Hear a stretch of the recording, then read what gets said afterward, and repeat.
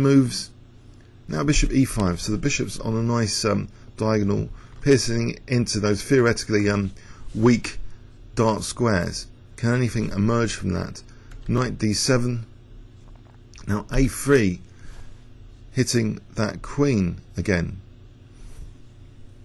because at the moment, if we have a look at this position, you know, why the question here actually after knight d7 is why white couldn't have taken on d5. Let's have a look at that. Takes on d5. I think it's knight, something to do with knight takes e5. Oh, okay, I give up. It's too early in the morning. Well, it was a rough day yesterday at Chessboard Social, so let's see this tactically. What's going on here? I think it is knight takes e5. So if d takes, there's queen d4 check, just winning that bishop. And if bishop takes here, again queen takes d4 check, and just take the bishop here. So the point of a3 is revealed to stop the queen d4 possibilities. Engine off. Okay. a3. Get rid of the queen takes d4 stuff off the knight takes e5. So queen a4 still lurking about to be able to play knight takes e5 and queen takes d4 check. And this now happens. Bishop takes d5. Knight takes e5. So we have simplification, highlighting that imbalance of two rooks and queen versus queen a bit more as we reach this situation. So white has this stumbling knight on h3. He needs to reroute that to the center. He can't do that at the moment, but he goes actually not via f2 by g5. So correction, he does do that. He's going to e4, a fine looking square for the knight. Queen d6, knight e4, sacrificing the a3 pawn. Did he have to do that? Why couldn't white have defended in this position? Well, okay, let's say rook c3. Would this start to be really awkward? I'm wondering about queen d2. That would be particularly embarrassing. Family fork. So that's to be avoided. Okay, white would end up stumbling around. Okay, there's a check here though. Perhaps a Caesar check, plays a check, but this kind of position would be tactically very vulnerable for white, so that's to be avoided. And here, you know, maybe knight d3 is becoming dangerous, so the rook moved. So after check, king moves. If the rook moves, well, queen takes g5 in fact. So white's losing a3 here. You may be wondering, or maybe a4, or maybe that's just staving off the inevitable. So anyway, whatever happens, Anand wants better pieces. He actually just sacks the a pawn here. So knight e4. Queen gobbled it up. Now queen c3. So at least Anand can double up rooks on the c file potentially. But now look, these dangerous passed pawns are going to come down like space invaders. So h4, b5. They're coming down. So check, king g7, check, king f8. Now knight g5. I popped into Spectate Live at this point, and I thought it was a really interesting position. It's interesting if how can Anand tear open lines for the rooks and get them coordinating. So king e8, rook takes h7, queen c3 hitting that rook on e1. Okay, we're at move 40 now. Check, king d7, check, king c6, and now rook e4. So keeping things protected, maybe potentially white is going to play h5 and try and target e6. In fact, he just takes e6 now. So knight takes e6, king b6, getting the king out of harm's way for the moment. But now knight f4, g6 has now been targeted.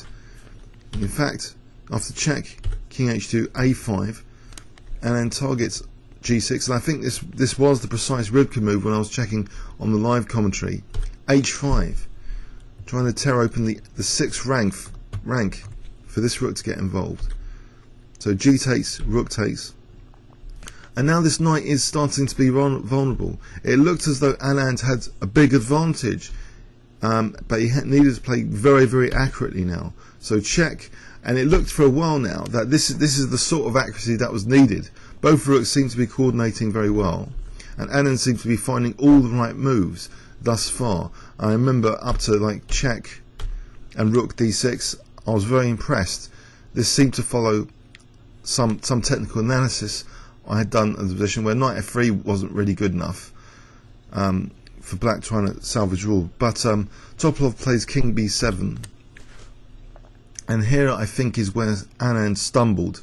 I believe this was a clear advantage when I was checking with Rybka, and now I'll turn on the beast Rybka to see, you know, how does white try and punish Topalov after his king b7 move.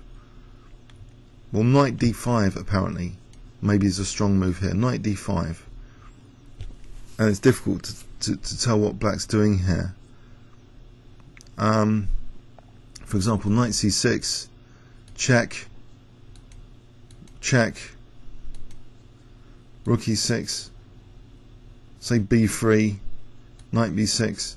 The two rooks and knight are coordinating very well now, and just in time, I think. So say b2, check, check. But this would require, you know, a lot of tight calculation under great time pressure. So Anand was in great time pressure, I believe. He only had about 10 minutes. So to find like these long strings of combinations, so check, check, and it looks as though so this kind of position where the black queen was just a spectator on a1, in fact about to be gobbled. So if we go back, okay, it's easy for us with engines to point out that Anand maybe slipped up now by playing knight c4 instead of knight d5. So knight d5 was given as the strongest move here, probably universally by engines, but you know, they're very good at, you know, tireless calculation, the most accurate continuations. So let's give Anand the break here. He played knight c4, and Topalov now played knight takes f3. So he's opening up possibilities for perpetual checks. But immediately, you know, g takes, there's check, and hitting the knight, that would be forcing d2. But that's not greatly useful, or is it? Well, this is what happened. Check, check. So knight d2. So what's the key move here? Topalov just sacrificing the knight. King c7. Just attacking that rook, protecting the knight. Amazing, forcing Anand on the defensive really. He doesn't really want to be on the defensive in the light of these pawns coming down kind of dynamically, gaining in value every step they make. So another step forward, b3. He really wanted, you know, to have these as attacking units, not defending just the d2 point.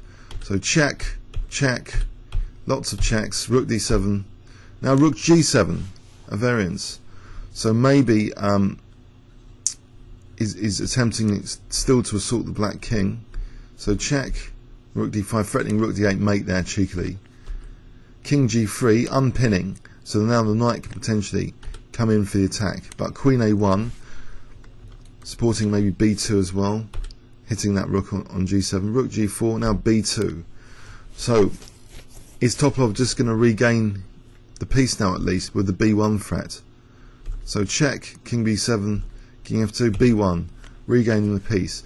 So now we have a pure two rooks versus queen endgame, and now this is getting difficult for Anand to, you know, his king's too exposed. There's only one pawn for his king, and the queen and a pawn. Okay, Anand wins that a pawn, but now look at these checks. It's too difficult to shield the king in this sort of position, I believe. So lots of perpetual checking until draw agreed. Wow, 83 move game. Let's have a look in overview and summary. Nimzo engine for a change instead of the queen's engine. Isolated queen's pawn situation. Topalov playing an unusual move now in the specific circumstances after rook e8, queen e2 to do something about e5, trying to clamp down on e5. We have this bishop takes c3.